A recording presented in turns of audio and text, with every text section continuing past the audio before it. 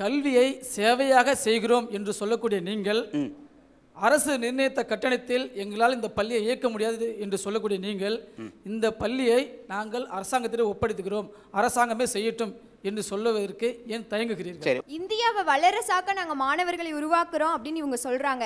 அப்ப கிராமப்புற மாணவங்கள்லாம் இவங்க வச்ச அந்த கட்டணத்தை உயர்த்திட்டே போனா எப்படி சார் அவங்க படிக்க முடியும்? அப்புறம் எப்படி இந்தியா வல்லரசு? கல்வியோட இருக்க இன்ஃப்ராஸ்ட்ரக்சர் எல்லாம் நீங்க வந்து நோட்டீஸ் போர்டா வைக்கிறீங்க, உங்க கல்வி நிலையத்தில் இருக்கிற வசதிகள் எல்லாம் நோட்டீஸ் போர்டா வைக்கிறீங்க, அரசாங்கம் நிர்ணயித்த அந்த கட்டணத்தையும் நோட்டீஸ் போர்டா வைக்க தயாரா?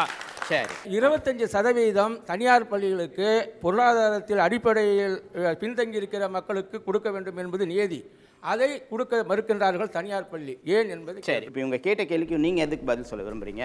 நான் திருப்பி வலியுறுத்தி சொல்வது என்னன்னா, அரசாங்கத்துடைய ரோல் ரொம்ப முக்கியம் இங்க. ஏன்னா அரசாங்கம் இனிமேலாவது அட்லீஸ்ட் யாரு கேட்டாலும் லைசன்ஸ் கொடுக்காமல் ஸ்கூல் ஆரம்பிக்கிறவங்களுக்குன்றது பேக்ரவுண்ட் என்ன இருக்கு அப்படின்றது பார்க்கணும். பிளஸ் இது ஒரு சொசைட்டி ட்ரஸ்ட்ல தான் நடக்குது, இது ஒரு சேவையாக தான் பார்க்கணும் அப்படின்னு சொன்னா, அப்போ அதுக்கு அதற்கான ரூல்ஸ் அண்ட் ரெகுலேஷன்ஸை பாலிசிஸை நல்லா கிளியரா டிராஃப்ட் பண்ணணும். டிராஃப்ட் பண்ணிட்டு சொல்லணும், புதுசாக நீ கல்விக்கூடம் ஆரம்பிக்கிறியா, நீ இவ்வளவுதான் கல்வி கட்டணம் வசூலிக்கலாம் அப்படின்னு சொன்ன பிறகு இன்வெஸ்ட் பண்றவங்களும் பண்ண மாட்டாங்க, கரெக்டா பண்ணுவாங்க. ஏன்னா இவங்க போடும்போது என்ன பண்றாங்க, உள்ள ஒரு சாதாரண நார்மல் ஹியூமன் பீயிங் உள்ள ஒரு ஸ்கூலுக்குள்ள போகும்போதே, ஒரு தனியார் பள்ளிக்குள்ள போகும்போதே டாய்லெட் எப்படி இருக்கு, நல்லா இருக்கா, கிளாஸ்ல ஸ்மார்ட் போர்டு இருக்கா, ஸ்மார்ட் போர்டுக்கான இன்வெஸ்ட்மெண்ட் என்ன அப்படின்றத நம்ம பார்க்கணும். கிளாஸ் ரூம்ஸ் எல்லாம், காரிடார்ஸ் எல்லாம் நல்லா வசதியா இருக்கா, விளையாட்டு வசதிகள் இருக்கா, கராத்தே சொல்லி தராங்க, எல்லாமே எனிதிங் தட் வி எக்ஸ்பெக்ட் எல்லாமே ஒரு காஸ்டோட தான் வருது, காஸ்ட் இல்லாம வரல. ஸோ அந்த காஸ்ட் ஃபேக்டரை நம்ம மனசுல வச்சுக்கிட்டோம். எப்பவுமே குறை சொல்லிக்கிட்டு எதுவுமே எல்லாமே இலவசமா கிடைச்சிருச்சுன்னா அது தப்பு. கண்டிப்பா நீங்க எல்லாருமே சொன்ன மாதிரி இது ஒரு பேசிக், இது ஒரு கண்டிப்பான அடிப்படை வசதி. இந்த அடிப்படை எதிர்பார்ப்பு கவர்மெண்ட் அரசாங்கம் செய்யணும். ஆனால் அரசாங்கம் செய்யாத பொழுது ஒரு தனியார் வரும்பொழுது அதற்கான காஸ்ட் ஃபேக்டர் இருக்கு. எங்க இல்லையோ அந்த தனியார் பள்ளிகளை போய் தனியா கேளுங்க. ஒட்டுமொத்தமாக தனியார் பள்ளிகளை குறை சொல்லாதீர்கள். நன்றி. இதுக்கு அரசு முறைப்படுத்துவதற்கு நம்ம என்ன பண்ணணும்? எந்த புகார் கொடுத்தாலும் அது மாதிரி நடவடிக்கை எடுக்கணும் சார். அதான் சார். தனியார் பள்ளி நிர்வாகிகள், பெற்றோர்கள் மற்றும் இந்த அரசு அலுவலர்கள் ஆகிய 3 பேரையும் சேர்த்து ஒரு கூட்டமைப்பு ஏற்படுத்தி ஒரு குழுவாக நிர்ணயித்து இந்த கட்டண நிர்ணயம் செய்ய வேண்டும். இது ஆண்டுதோறும் செய்ய வேண்டும். இது பெற்றோர்களிடத்திலும் அவர்களுடைய கலந்து ஆலோசனை செய்யப்பட வேண்டும் என்பது கருத்து. பிரைவேட் ஸ்கூல் ஃபீஸ் ஸ்ட்ரக்சரை மட்டும் பேசுறதை விட்டுட்டு அரசு பள்ளிகளோட தரத்தை உயர்த்துறதையும் நம்ம பார்க்கணும். ஒவ்வொரு மாவட்ட கல்வி அதிகாரியும் அவங்க மாவட்டத்தை சேர்ந்த அனைத்து அரசு பள்ளிகளுக்கும் வார விசிட் போய் அங்க என்ன நிலைமைன்னு சொல்றதை அவங்க கண்காணிக்கணும். தமிழகத்திலும் இந்தியாவிலும் சேர்ந்து பள்ளிக்கூடங்கள் எல்லாம் அரசுடைமையாக்கணும். கல்வித்துறை அரசாங்கத்திட்ட இருக்கணும். அரசாங்கம் ஒரு ஃபார்ம்ல கையெழுத்து வாங்குற மாதிரி அரசாங்கம் சிங்காரவேல் கமிட்டியை நிர்ணயித்த அந்த பள்ளி கல்வி கட்டணத்தையும் ஒரு ஃபார்மாக போட்டு அதில் பெற்றோர்கிட்ட ஒரு கையெழுத்து வாங்கணுன்றது முதல் தீர்வு. மாணவர் அமைப்புகளும் சமூக அக்கறை கொண்டவர்களும் போராடி பெற்ற சமச்சீர் கல்வியை, கட்டாய கல்வி உரிமைச் சட்டத்தை முழுமையாக அமுல்படுத்த வேண்டும். அமுல்படுத்துவதற்கு துணிவும் அக்கறையும் இருக்கிற நல்ல அரசை இந்த மக்கள் தேர்ந்தெடுக்க வேண்டும். அதே போல தனியார் பள்ளிகள், தனியார் பள்ளி முதலாளிகள் இந்த சமூகத்தின் மீது அக்கறை கொண்ட நபர்களாக, மனிதர்களாக, சமூகத்தின் மீது அவங்களுக்கும் ஈடுபாடு இருக்கிற மனிதர்களாக மாற வேண்டும். சரி, வெரி குட். தனியார் பள்ளிகளே வேண்டாம் சார். அரசு பள்ளிகளில் உள்கட்டமைப்பை சரி செய்து தனியார் பள்ளிகளை விட சிறந்த முறையில் அரசு பள்ளிகளில் கல்வியை தரமாக தர முடியும் என்ற ஒரு நம்பிக்கையை இந்த அரசு மக்களிடத்தில் வருவதற்கு அளவுக்கு இவர்கள் திட்டத்தை போட்டு அரசு பள்ளிகளின் தரத்தை மேம்படுத்தினாலே போதுமானது. இலவச கல்வியை தர வேண்டியது அரசினுடைய கடமை. இப்பொழுது உள்ள அரசு தனியார் மயமான அந்த கொள்கைக்கு ஆதரவாக இருக்கிறது. அரசு பள்ளியினுடைய கவனம் செலுத்தப்படவில்லை. அரசு பள்ளியின் மீது கவனம் செலுத்தினால் இந்த தனியார் பள்ளியினுடைய கட்டண கொள்ளையெல்லாம் நிற்கும். என்னுடைய ஸ்கூல் பேர் ரமணியம் சங்கரா மெட்ரிகுலேஷன் பள்ளி, டாக்டர் ஏபிஜே அப்துல் கலாம் ஸ்ட்ரீட், ஒக்கியம்பேட்டை, துறைப்பாக்கம். அரசாங்கம் எனது பள்ளிக்கு நிர்ணயித்த கட்டணம் 6080 ரூபாய். நான் மாணவர்களிடம் பெற்றோர்கள் கலெக்ஷன் பண்ணுறது 4800 ரூபா தான். எங்கள் ஸ்கூலில் ஒரு எல்கேஜிக்கு சீட்டு வேணும் அப்படின்னா, எதுக்கு அட்ரஸோடு சொல்கிறேன்னா, எங்கள் ஸ்கூலில் ஒரு குழந்தைக்கு எல்கேஜிக்கு சீட்டு வேணும்னா வெறும் 1000 ரூபா கொடுத்தா அந்த குழந்தைக்கு சீட் கொடுப்போம். அவங்களுக்கு 2 செட் யூனிஃபார்ம் கொடுப்போம், எக்ஸிட் புக்கு கொடுப்போம், ஹோல் இயர் நோட்ஸ் புக் கொடுப்போம். மாதம் 400 ரூபா கலெக்ஷன் பண்ணுறோம். இதே மாதிரி எத்தனையோ தனியார் பள்ளிகள் இயங்கிக் கொண்டிருக்கார்கள். அட்லீஸ்ட் அவர்களை பாராட்ட வேண்டாம். தயவு செய்து குறை சொல்லி செய்பவர்களையும் மனம் வருத்தப்பட வைக்க வேண்டும் இந்த நிகழ்ச்சி வாயிலாக நான் கேட்டுக்கொள்கிறேன். நன்றி. பேப்பர்ல போட்டது எத்தனையோ மெட்ரிக் பள்ளிகளுக்கு இன்னும் வந்து அங்கீகாரம் வழங்கப்படவில்லைன்னு போட்டிருக்காங்க. அப்ப அரசு என்ன செய்கிறது? ஒவ்வொரு பள்ளியையும் ஆய்வு செய்யணும் முழுசா. ஒவ்வொரு பள்ளிக்கும் உரிய கட்டணத்தை அவங்க இது பண்ணணும். சமூக சிந்தனையாளர்களையும் அதே போல் பெற்றோர்களையும் தொழிலாளர்களையும் தனியார் பள்ளி நிர்வாகிகளையும் அதே போல் அரசு பள்ளி நிர்வாகிகளையும் கொண்ட ஒரு அமைப்பு உருவாக்கணும். அந்த அமைப்பு மாதம் ஒரு முறை கண்டிப்பாக தனியார் பள்ளிகளை வந்து விசிட் செஞ்சு அங்கே இருக்கக்கூடிய மாணவி மனநிலையும் பிரச்சனைகளையும் ஆராய வேண்டும். அதே போல் சமச்சீர் கல்வியும் கட்டாய கல்வி உரிமை சட்டத்தையும் கண்டிப்பாக அமல்படுத்த தேவை இருக்கிறது. கல்வி விஷயத்தில் 11 நீதிபதிகள் கூடி டிஎம்ஏ பாய் ஃபவுண்டேஷன் என்கிற வழக்கில் கொடுத்த தீர்ப்பு இன்று இப்படிப்பட்ட பிரச்சனையை நாடு முழுக்க வந்து விளைவித்திருக்கிறது அப்படின்னு தான் சொல்லணும். இப்போ இந்த ஒரு தீர்ப்பு வந்து பிரைவேட் ஸ்கூல்ஸோட மேனேஜ்மெண்ட்டில் அரசாங்கம் தலையிட முடியாது என்று சொல்லப்பட்ட ஒரு தீர்ப்பு இன்னைக்கு வந்து எல்லா சட்டத்தையும் கல்வி சம்பந்தப்பட்ட சட்டங்கள் எல்லாத்தையும் செல்லா காசா ஆக்கிடுச்சு. இப்போது ஒரே ஒரு விஷயம், ரெகக்னிஷன் ஸ்கூல்ஸ் வாங்குறாங்களா அதை மட்டும்தான் அரசாங்கம் பார்க்க முடியுது, வேற எந்த விஷயத்துலையும் போய் தலையிட முடியல. இதுதான் நிலை. இந்த நிலையில் அரசும் மேற்கொண்டு வந்து பப்ளிக் பிரைவேட் பார்ட்னர்ஷிப்புக்கு போகும் பட்சத்தில் இங்கு ஏதோ ஒரு தீர்வு கிடைக்குமா அப்படின்னு நம்ம பார்த்தோம்னா தீர்வு கிடைக்கிறது முடியவே முடியாது. மக்கள் கையில் தான் தீர்வு. மக்கள் தெருவுக்கு வருவதை நாம் தடை செய்ய முடியாது. அவர்களுடைய அதிகாரத்தை கையில் எடுக்க வேண்டிய தருணம் வந்துவிட்டது. அவர்களுடைய பிள்ளைகளுக்கு தரமான கல்வி வேண்டும் என்று சொன்னால் அவர்கள்தான் யோசிக்க வேண்டும். அவர்களுடைய அதிகாரத்தின் அடிப்படையில் அவர்களுடைய பகுதியில் பள்ளிகளை அவர்கள் தீர்மானித்து நடைமுறைக்கு கொண்டு செல்ல வேண்டும். அதுதான் தீர்வாக இருக்க முடியும். அதுக்கான தருணம் வந்துடுச்சுங்கிறது. நன்றி. அனைத்து பள்ளிகளையும் அரசே ஏற்று நடத்தி இலவசமாக கல்வி கொடுக்கணுங்கிறது என்னுடைய கோரிக்கை. எல்லா தனியார் பள்ளிகளையும் அரசுடைமையாக்கணும். அப்படி இல்லைன்னா மக்கள் தான் போராட்டம் பண்ணி இதை கட்டணத்தை முடிவுக்கு கொண்டு வர வேண்டும். நன்றி வெங்கடேசன் சார். ராமசுப்ரமணியன் சார், இந்த சமூகத்திற்கு இதை முறைப்படுத்துறதுக்கு நம்ம என்ன பண்ணணும்? அரசு பள்ளி ஆசிரியர்கள், அரசு அதிகாரிகள், அவர்களோட குழந்தைகள் எல்லாம் அரசு பள்ளியை நோக்கி வருகின்ற போதுதான் இந்த தனியார் பள்ளிகளுடைய தாக்கங்கள் குறையும்.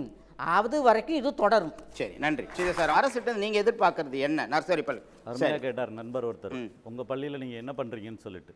3/2 பங்கு இலவசமாக என் பள்ளியில் கல்வி பயிர்கிறார்கள். எந்தவித கட்டணமும் பெறுவதே இல்லை.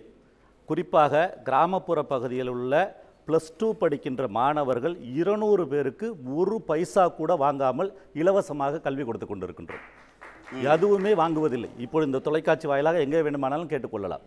வாங்காமல் கல்வி கொடுத்து கொண்டிருக்கிறோம். இதே போல் தமிழகத்திலே எங்கெல்லாம் யார் யாருக்கெல்லாம் வாய்ப்பு கிடைக்கிறதோ அந்தந்த நிறுவனங்கள் எல்லாம் கல்வி கொடுத்து கொண்டிருக்கின்றன. ஒரு பள்ளிக்கூடத்திலே 4000 ரூபாய் கட்டணம் நிர்ணயித்திருக்கிறார்கள். இன்றொரு பள்ளிக்கூடத்திலே 3000 ரூபாய் கட்டணம் நிர்ணயித்திருக்கிறார்கள். நம்முடைய நிலைமை என்னவென்று பார்க்க வேண்டும். இன்றைக்கு சாதாரணமாக ஒரே சாலை தான், ஒரே பேருந்து தான், ஒரே டீசல் விலை தான். ஆனால் ஒரு பேருந்தில் நாம் விருப்பப்பட்டு ஏறினோமே என்றால் சென்னை செல்வதற்கு, சென்னையிலிருந்து ஊருக்கு செல்வதற்கு 250 ரூபாய் கட்டணத்திலிருந்து 750 ரூபாய் கட்டணம் வரையிலும் இருக்கிறது. 90 ரூபாய் ரயில்வே போனால் வெறும் 90 ரூபாய் கட்டணம் முதற்கொண்டு இருக்கிறது. ஆகவே நம் நிலையை அறிந்து நமக்கு எது சௌரியப்படுமோ அந்த நிலையிலே தான் நாம் செல்ல வேண்டும். இதை பெற்றோர்களாகிய அவர்கள் உணர்ந்து கொள்வார்களே ஆனால் நிச்சயமாக இது போன்ற பிரச்சனைகள் வராது. இன்னொன்று, இங்கே இலவச கல்வி என்பது, இலவசம் என்பது ஏதோ ஒரு உரிமையைப் போல கேட்கிறார்கள். இலவசத்திற்கான கல்விக்கான நிலையை அரசாங்கம் தெளிவாக நிர்ணயித்திருக்கிறது.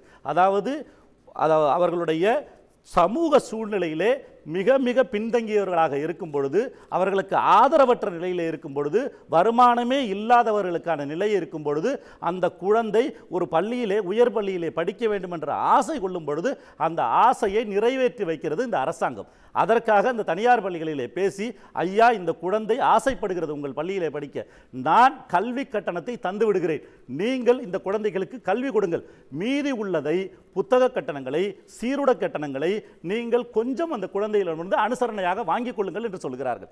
இதுதான் இங்கே நடைமுறை இருக்கிறது. இவர்கள் என்ன சொல்கிறார்கள் என்றால், நான் குழந்தை, என்னுடைய குழந்தை முடிந்து விட்டது, 3 வயது ஆகிவிட்டது, உன்னிடம் கொண்டு போய் விட்டுவிட்டேன், நீ தான் எல்லாவற்றையும் கொடுக்க வேண்டும், எனக்கு அதற்கு பொறுப்பே இல்லை, நான் இந்த நாம்ஸுக்குள் வருவேனா வரமாட்டேனா என்பதெல்லாம் எனக்கு தெரியாது, அரசாங்கம் சொல்லிவிட்டது, ஆகவே நீ கல்வி கொடு. அப்படி என்ற மாதிரி ஒரு தீர்வை முன்வைக்கிறார்கள். இது எதற்காக அரசாங்கம் கொண்டு வருகிறது, யாரெல்லாம் இதை செய்ய முடியும் என்பதை பொதுமக்களாகி அவர்களும் உணர வேண்டும்.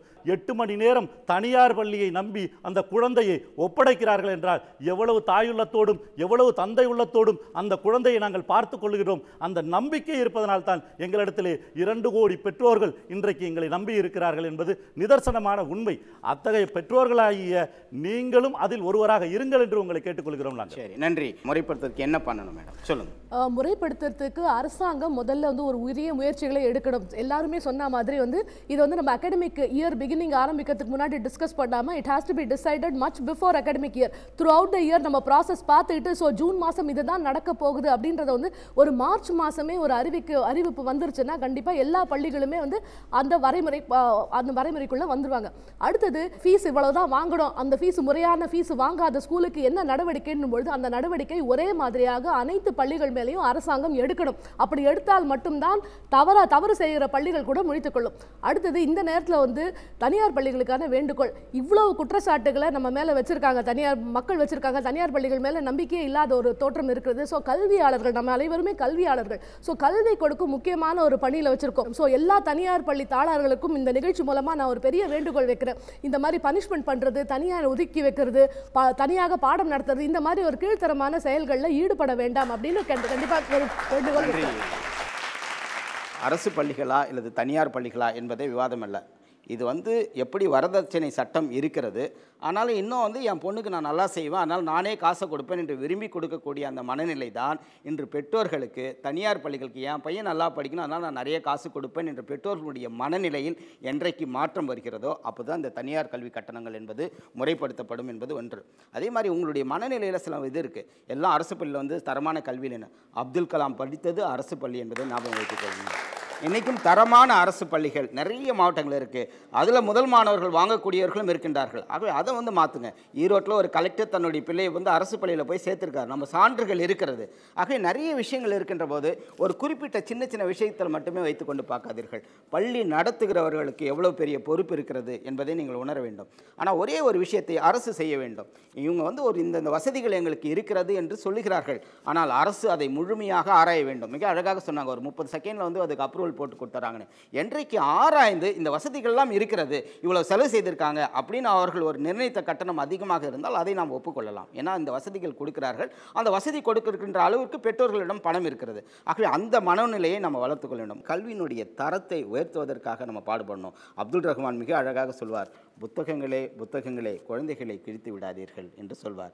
இன்றைக்கு கட்டணங்களே குழந்தைகளை நீங்கள் கிழித்து விடாதீர்கள் என்று தான் சொல்ல வேண்டும். ஆகவே உயர்த்தப்படுகின்ற கட்டணங்கள் இருக்கிறது, ஆனால் இதை ஒழுங்காக முறைப்படுத்துவதற்கு இத்தனை கமிட்டிகள் போட்ட பின்னும் வாங்குகிறார்கள் என்று சொன்னால் மக்களினுடைய மனோநிலையில் ஒரு மாற்றம் வர வேண்டும். அரசு இதற்கான கமிட்டிகள், எப்படி நீங்கள் நீதிபதி கமிட்டி போடுறீங்களோ இந்த ஆய்வு செய்வதற்கும் ஒரு கமிட்டி போட்டு எல்லா பள்ளிகளையும் ஆய்வு செய்து அவர்கள் அறிக்கை தர வேண்டும். இவர்களுடைய சிரமங்களையும் நாம் புரிந்து கொள்ள வேண்டும். அரசு நிர்ணயித்த கட்டணத்தை வசூலிக்கக்கூடிய காலம் வெகு விரைவில் இல்லை என்று சொல்லி இந்த நிகழ்ச்சியை நான் நிறைவு செய்கின்றேன்.